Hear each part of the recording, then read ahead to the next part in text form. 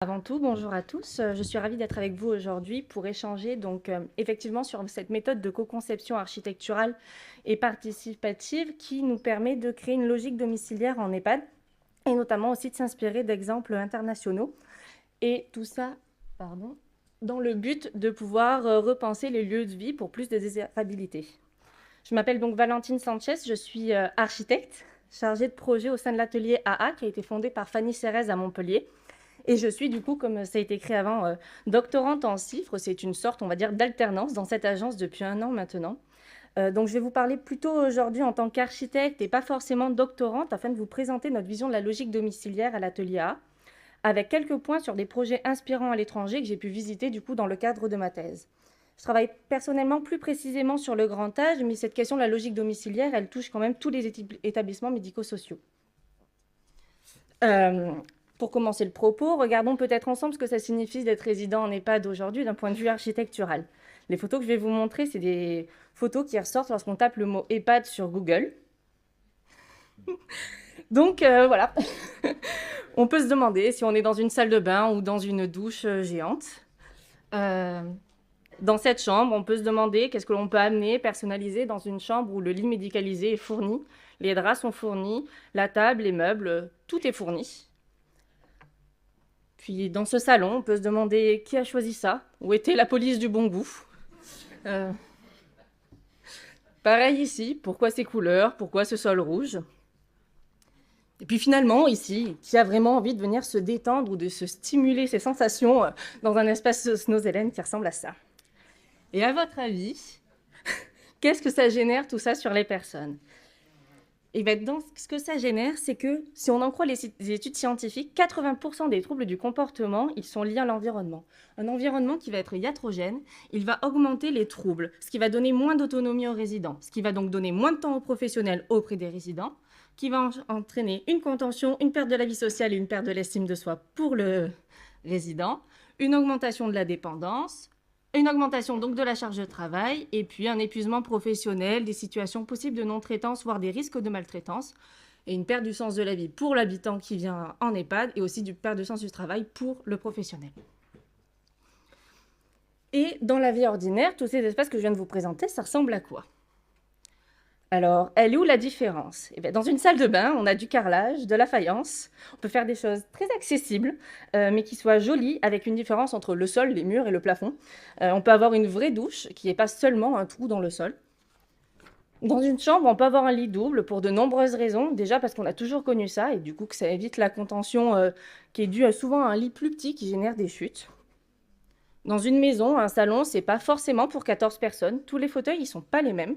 Il n'y a pas de pompons suspendus au plafond et tout n'est pas en simili-cuir de couleur vive. Et dans la salle à manger, on va retrouver une table, 6 chaises, peut-être 2 lustres, un vaisselier pour y ranger la vaisselle. Et cette vaisselle, elle n'arrive pas sur un chariot en inox. Et puis, l'espace bien-être, il n'est pas obligé de ressembler à une aire de jeu. Il peut ressembler à un espace spa ou esthétique dans lequel on va très souvent, ou pas. Et tout ça, c'est ce qu'on appelle passer à la logique domiciliaire. Passer de l'un à l'autre, c'est cette logique domiciliaire. Et pour passer de cette logique institutionnelle à une logique domiciliaire, c'est un vrai changement de paradigme. C'est un changement d'espace, mais c'est aussi un changement de pratique et même un changement de vocabulaire. Par exemple, dans la vie ordinaire, on n'est pas accueilli après une commission d'admission, mais on déménage dans un logement qu'on a choisi soi-même. En bref, la transformation domiciliaire, c'est un peu changer de disque dur. Et tout ça, ça vient d'où ? Ça vient principalement des personnes qui sont concernées, qui aspirent à une vie ordinaire, comme tout le monde, et qui ont des droits. Et ça a fini par s'inscrire en 2018 dans le chapitre prospectif de la CNSA pour une société inclusive. Et que rappelle la CNSA ? Elle rappelle que les personnes, au-delà de leur handicap ou de leur âge, sont avant tout des personnes, et qu'à ce titre, elles ont des aspirations qui peuvent effectivement parfois être en opposition avec leurs besoins spécifiques. Et parmi ces aspirations, il y a celle de ne pas être seulement hébergé, mais d'être dans un véritable chez-soi. Alors, c'est des choses qu'on a évoquées depuis ce matin, mais à quoi ça tient de fabriquer ce chez-soi, Mais dans un premier temps, c'est une échelle dite domestique. Comme on en a discuté plus tôt, personnellement, je ne mange pas quotidiennement avec 40 ou 80 personnes, pile poil à midi. Je suis plutôt entre 2 et 7 personnes, selon la taille de ma famille. Même lorsque je vais dans un restaurant de grande taille, je ne sais pas vous, mais personnellement, je choisis la table la plus intimiste, celle qui va être contre un mur ou dans une alcôve, pas celle en plein milieu ou qui est dans l'entrée. Deuxièmement, on passe par l'image domestique. Pour vous montrer des exemples, si je m'assois dans cette chaise, vous allez avoir une certaine image de moi. Par contre, si je m'assois dans celle-ci, vous allez en avoir une toute autre. Si je déplace mes fesses de 50 cm et que je m'assois ici, vous allez avoir un a priori sur mes capacités. Et dans cette chaise-là, pareil. Par contre, si je m'assois dans ce fauteuil-là, vous allez me considérer comme une personne ordinaire. Et toute la symbolique des images, des mobiliers qu'on utilise, elle est très importante. À la suite de ça, donc on a l'échelle domestique, l'image, mais on a aussi l'ambiance. Alors qu'est-ce que l'ambiance? Ça va passer par le toucher, les sons, l'odeur. Par exemple, si je suis quelqu'un qui cuisine avec beaucoup d'épices, mon logement il va avoir une certaine odeur qui est propre à moi. Pareil pour la lessive qu'on utilise, etc. Toutes ces odeurs-là y participent. Et puis, on a les usages domestiques. Si vous réfléchissez au nombre d'actions que vous avez faites depuis ce matin, faire son lit, faire couler son café, peut-être lancer une machine, tout ça, ce sont des usages du quotidien, des routines, des habitudes qui fabriquent l'appropriation, le sentiment de chez soi et un sentiment d'appartenance. Pour vous montrer, ça c'est un hall d'un établissement. Plutôt que de réfléchir à comment éviter que les personnes elles fuient, ils se sont dit comment est-ce qu'on va leur donner envie de rester ici? Et ça, c'est le après. On voit bien sur les paroles d'habitants qu'ils ont considéré que l'espace était très joli, que ça apportait de nouveaux usages comme pouvoir boire ou manger, et qu'il y a une volonté que ça se reproduise dans tous les espaces de l'établissement. Ils se sont notés sur 5 dimensions: la beauté et la domesticité, la qualité d'usage, l'adaptation, l'ergonomie des situations de travail et l'autodétermination. En rouge, c'est leur évaluation avant. En vert, c'est leur évaluation après. Et on voit une nette évolution, notamment au niveau de l'autodétermination, parce qu'on a permis aux personnes de choisir là où ils ont envie de s'asseoir. Et on entend très souvent que toutes ces transformations, elles ne sont pas possibles, et notamment dans les établissements lorsqu'on les accompagne. On entend très souvent « toutes vos images d'ambiance, comme à la maison, c'est bien sympa, hein, mais ça coûte cher ». Mais est-ce que vous savez que le sol souple effet bois, il coûte le même prix que le sol souple effet vert? Enfin, vert. Est-ce que vous savez que le fauteuil Ikea, il coûte 4 fois moins cher qu'un fauteuil spécialisé? Et on peut avoir pour autant la bonne hauteur d'assise, le dossier bien haut, les accoudoirs. Et au pire, s'il est abîmé, puisqu'il a coûté 4 fois moins cher, on peut peut-être le remplacer plus souvent. Est-ce que vous savez que la table à pétales, ça coûte plus cher que 4 tables individuelles à la bonne hauteur? Et puis franchement, si on additionne les 3 images d'en haut, qu'est-ce que ça donne à vivre comme espace? Et puis on entend aussi oui, mais il y a des normes, madame, vous savez. Alors on aime bien répondre ah oui, mais quelles normes? On en a eu un peu discuté ce matin, mais en effet, il y a des normes qui sont bien moins contraignantes que tout ce qu'on imagine. Savez-vous, par exemple, que dans les établissements de type J, donc les EHPAD, par exemple, la chambre est considérée comme le domicile de la personne et qu'à ce titre, aucune contrainte de sécurité incendie ne s'applique, même pas les rideaux. Par contre, les pompons suspendus dans les salles à manger et salons, tout ça, c'est proscrit parce que c'est facilement inflammable. Et savez-vous aussi que le droit français, il est opposable? Ça veut dire que tout ce qui n'est pas formellement interdit est autorisé. Et combien de choses sont interdites dans les établissements alors qu'elles ne le sont pas dans la vie ordinaire? Est-ce que vous vous êtes posé la question si vous avez le droit d'interdire? Et pourquoi je vous parle aujourd'hui de droit et liberté? Parce que pour se sentir chez soi, il faut aussi pouvoir y vivre à sa manière, à son rythme, avec ses propres repères. Alors, franchement, on peut aussi se poser la question en termes d'espace, comment on peut se sentir chez soi quand on n'a qu'une chambre? Quand on passe d'un logement de 60 mètres carrés à seulement 20 mètres carrés.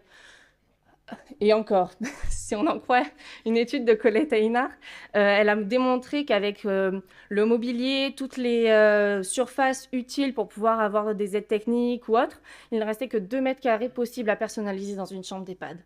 Sur 20 mètres carrés, ça fait très peu. Et finalement, pourquoi est-ce qu'on ne pourrait pas aller plus loin et proposer de véritables appartements, vu que c'est le souhait des personnes? Passer d'une chambre à un logement, c'est donner peut-être une kitchenette ou même un petit coin tisanerie où on peut poser une cafetière, une théière. C'est peut-être avoir un lit double. Si le lit double ne passe pas, peut-être seulement un lit en 120 pour pouvoir recevoir. Et alors la réponse qu'on a, nous, souvent, quand on accompagne des équipes, c'est « Ah, mais ce n'est pas adapté à notre public. À quoi ça sert une cuisine puisqu'ils ne peuvent pas l'utiliser? Comment on va faire pour les surveiller? Et oui, mais s'ils sont tous en appartement, il n'y aura plus personne dans l'espace collectif. » Mais est-ce que vous ne pensez pas que c'est plus simple d'accompagner les personnes dans un espace plus grand quand elles ont des aides techniques? Est-ce que vous ne pensez pas que c'est plus confortable de se recevoir sa famille autrement que sur le coin de son lit et puis sans courir après un soignant pour essayer de lui offrir un café? Est-ce que vous ne pensez pas qu'on pourrait réinventer la collectivité pour qu'elle soit plus désirable, vraiment choisie et non subie? Et alors, on nous dit aussi beaucoup d'autres choses, et la liste est longue de toutes ces objections à cette transformation domiciliaire. On en a listé plus de 70, on est en train d'en publier certaines, et on entend tous les jours que c'est pas possible. Mais en fait, c'est peut-être pas ça la bonne question à se poser. Se sentir chez soi, c'est essentiel pour l'épanouissement de n'importe quel être humain. Et ce qui veut dire qu'en fait, on ne peut pas ne pas le faire. Et tout ça, c'est pas forcément nous, en tant qu'architectes, qui le disons. C'est quand on le demande aux personnes elles-mêmes, on voit bien au-delà de leurs besoins spécifiques, l'envie d'habiter, de façonner un lieu à leur image qui soutienne leur identité. Là, vous avez un exemple d'atelier que l'on fait avec des personnes âgées. Et même quand les personnes, elles sont non-verbales, qu'elles ont une déficience intellectuelle, on peut imaginer plein d'outils pour faire émerger leurs aspirations. On fait ces mêmes aspirations, elles ressortent aussi avec d'autres ateliers qu'on fait auprès de jeunes retraités des villes dans lesquelles on accompagne des transformations d'EHPAD et qu'on consulte pour connaître leurs critères de désirabilité pour entrer en établissement. Parce que je vous avoue quand même que la première phrase, c'est « Ah non, mais moi, j'irai jamais ». Bon, d'accord, mais on ne sait pas de quoi demain est fait. Donc, si finalement vous devez y rentrer, quels sont les critères qui seraient importants pour vous ? Quand on leur dit que c'est possible, bon, on n'a pas un oui franc qui nous dit effectivement je vais y rentrer demain, mais on a un peut-être que. Et ce peut-être que, il montre déjà un changement de mentalité. Alors, la vraie question à se poser, c'est peut-être pas est-ce que c'est possible, mais c'est comment pourrions-nous faire pour créer des lieux de vie désirables pour tout un chacun. Et ça demande de changer des réflexes de pensée et nos méthodes d'action. Par exemple, se demander pour chaque chose comment on ferait dans la vie ordinaire. Est-ce que c'est vraiment nécessaire d'interdire ? Est-ce que systématiquement, on ne peut pas reformuler la question pour que l'essentiel ne soit pas négociable ? Pas se demander est-ce qu'on peut, mais comment je vais faire pour ? Et ça demande parfois de se mettre véritablement à la place des personnes, d'expérimenter leurs déficiences et quelques situations réelles de vie dans un établissement. Ça veut peut-être dire manger les repas qu'on leur sert dans une salle collective, être transféré avec un lève-personne ou essayer d'appeler son proche quand on est immobilisé dans son lit. Et plein d'autres situations du quotidien qui permettent de réaliser le vécu de ces personnes, selon leur propre point de vue. Et en fait, on se rend compte que finalement, la première étape du changement, ce n'est pas forcément une éducation du regard, c'est plutôt une éducation du cœur. On peut aussi s'inspirer à l'étranger. J'ai pu faire 3 voyages d'études, je vais vous donner un établissement de chacun de ces voyages. Le premier ici, c'est par exemple Auschwitz, le village Alzheimer des Pays-Bas. Certains d'entre vous doivent le connaître. On y retrouve tous les services supports d'un EHPAD, mais tournés comme dans la vie ordinaire. C'est-à-dire que la cuisine de production, elle ne produit pas pour chaque maison. On va faire ses courses à la supérette. Ça veut dire qu'on prend son manteau, on sort de chez soi, on va à la supérette, on prend son caddie, on fait ses courses. Et quand on arrive à la fin pour payer, on se retrouve face à une vraie caissière, pas une soignante avec une blouse qui nous fait payer, mais bien une personne lambda qui a été embauchée pour être caissière dans cette supérette. Et pour le kiné, le coiffeur ou les clubs d'activité qu'il propose, c'est exactement la même chose. On retrouve dans ce village 27 maisons de 6 à 7 habitants, avec 4 modes de vie différents, ce qui donne des images, des ambiances et des usages différents. Par exemple, il y a le style rural. Ce style, il correspond. En fait, on ne retrouve dans cette maison-là que des personnes qui ont eu ce mode de vie-là dans leur passé. On revient à toute cette histoire des personnes. Donc, c'est vraiment dans la façon dont les personnes choisissent de venir à Auschwitz qui leur pose ces questions-là pour bien comprendre quels sont les tenants et les aboutissants. Et du coup, dans cette maison-là, on va écouter sensiblement les mêmes émissions, être attiré sensiblement par les mêmes choses, lire des journaux similaires ou encore manger des plats qui sont peut-être spécifiques. Chaque maison, elle est indépendante. Et pendant le Covid, c'était un peu un pari qu'ils avaient fait. Pendant le Covid, ils s'en sont vraiment rendus compte parce que chaque jour, dans les 27 maisons, se préparaient 27 repas différents. Un autre exemple, cette fois-ci, c'est en Norvège, à Oslo, le Carpe Diem Dementia Village. Eux, ils s'en sont inspirés directement de Auschwitz. Ils ont souhaité le transposer en l'adaptant un peu parce qu'ils ont une question de climat là-bas. On retrouve comme Auschwitz des maisons de 7 et un travail assez remarquable sur les espaces extérieurs avec un vrai adressage pour chaque maison qui va créer du repérage. Et on a des environnements intérieurs domestiques et différents. D'ailleurs, aucun de ces 2 établissements, que ce soit Auschwitz ou celui-ci, ne permet de faire visiter les maisons des personnes. Parce que, comme ils le disent, c'est leur intimité, c'est chez eux, et on n'y rentre pas. Par contre, cette transposition telle qu'elle, elle a posé quelques questions. Par exemple, ici, d'un point de vue architectural, on ne retrouve pas l'aspect vitrine du salon de coiffure ou du bar. Donc, les 2 images que vous avez ici, ces vitrines, elles ont été un peu institutionnalisées par leur uniformisation, et notamment au niveau de la signalétique. Donc, en fait, quand on se retrouve dans le couloir et que toutes les pièces sont allumées, On a un peu un effet aquarium, un peu box, et pas l'idée d'une rue commerçante intérieure qu'on pourrait retrouver comme dans un centre commercial. Un autre point, c'est sur le point de vue social.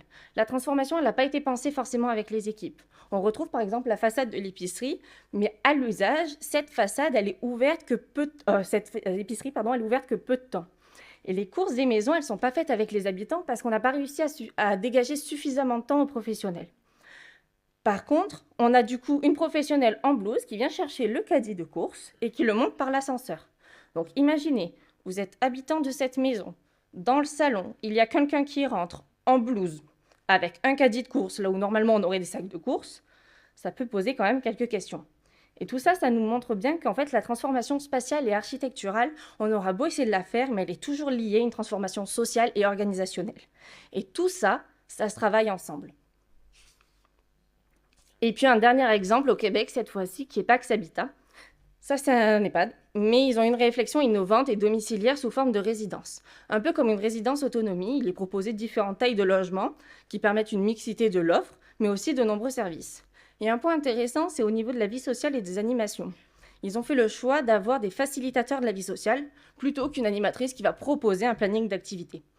En fait, ça veut dire que le facilitateur, son boulot à lui, c'est de s'assurer que Monsieur X et Monsieur Y, qui aiment tous les deux jouer aux échecs, ils vont se retrouver le jeudi 26 mars à 14 h dans la salle, je ne sais laquelle, avec un jeu d'échecs posé sur la table.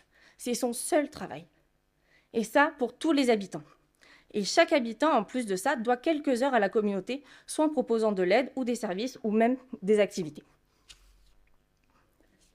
Et en fait, pour faire mieux, il ne faut pas forcément faire plus, il faut faire autrement.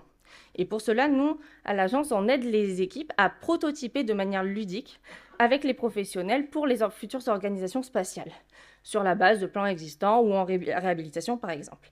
Et ça donne beaucoup de choses différentes, parce que finalement, accompagner une équipe à Colmar ou accompagner une équipe à Montpellier, on ne va pas avoir, avec la même méthode, le même résultat. Parce que finalement, les aspirations de chaque personne et le travail des équipes de chaque établissement est différent d'un endroit à un autre. Et finalement, avec une seule et même méthode, on peut avoir beaucoup plus de modèles. Et pas changer de modèle pour en retrouver un seul et même qui posera les mêmes questions qu'aujourd'hui dans 30 ans. Mais dans tout ça, pas besoin de grands projets architecturaux pour réinventer l'expérience de vie des habitants. Il faut peut-être juste s'autoriser à faire différemment. Pourquoi ne pas offrir du choix dans les repas et miser sur les compétences des personnes plutôt que tout faire à leur place? Comment est-ce qu'on peut faire pour leur redonner du pouvoir d'agir sur chaque dimension de leur vie quotidienne?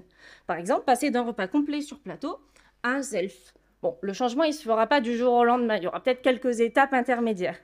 Mais on peut s'autoriser à penser autrement. La même chose, plutôt que de tous manger dans une grande salle à manger, pourquoi est-ce qu'on ne pourrait pas passer sur des salles à manger plus petites? S'il y a un problème, par exemple, d'organisation, est-ce que tout le monde est obligé de manger à midi? Est-ce qu'on ne peut pas avoir différents services dans différentes salles? En fait, la vraie question, et c'est ce que tout le monde a un peu dit ce matin, c'est qu'est-ce que sont ces établissements? Est-ce que c'est un lieu de travail dans lequel des personnes vivent ou un lieu de vie dans lequel les professionnels travaillent? Et tout l'enjeu de la transformation domiciliaire, c'est d'arriver à déplacer le curseur qu'on voit au milieu vers la maison, si tel est le souhait, et de réussir à le maintenir dans le temps. Et la question que j'ai envie de vous poser aujourd'hui, c'est et vous en êtes où? Parce que la seule ambition, c'est de créer des lieux de vie dans lesquels on aimerait nous-mêmes vivre et vieillir. Soyons bien d'accord, on est dans 30, 50 ans, 40 ans, je ne sais pas dans combien d'années, mais on est peut-être les prochains à rentrer dans ces établissements. Et pour ne pas vous laisser sur ça, j'ai envie de vous proposer quelques outils pédagogiques pour vous dire comment est-ce qu'on peut commencer là-dedans. Donc, c'est des choses qui ont été écrites par Fanny Cérès, du coup, qui est la gestionnaire de l'atelier A, et de Florence Mathieu, qui est designer... qui est ingénieure en design social, pardon. Donc, elles ont écrit ce petit livre, 101 idées pratiques, que vous pouvez du coup retrouver gratuitement en ligne, mais aussi un guide d'aménagement intérieur pour vous aider à, on va dire, transformer vos lieux en choisissant le bon mobilier, les bonnes finitions, etc.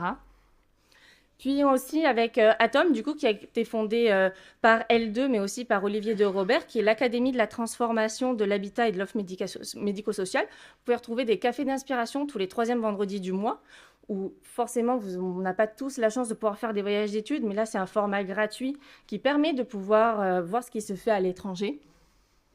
Et puis, vous pouvez retrouver du coup tous ces exemples inspirants sur le site d'Atom, pardon. Et si vous avez envie de passer à l'action, plusieurs parcours sont proposés à Atom. Voilà.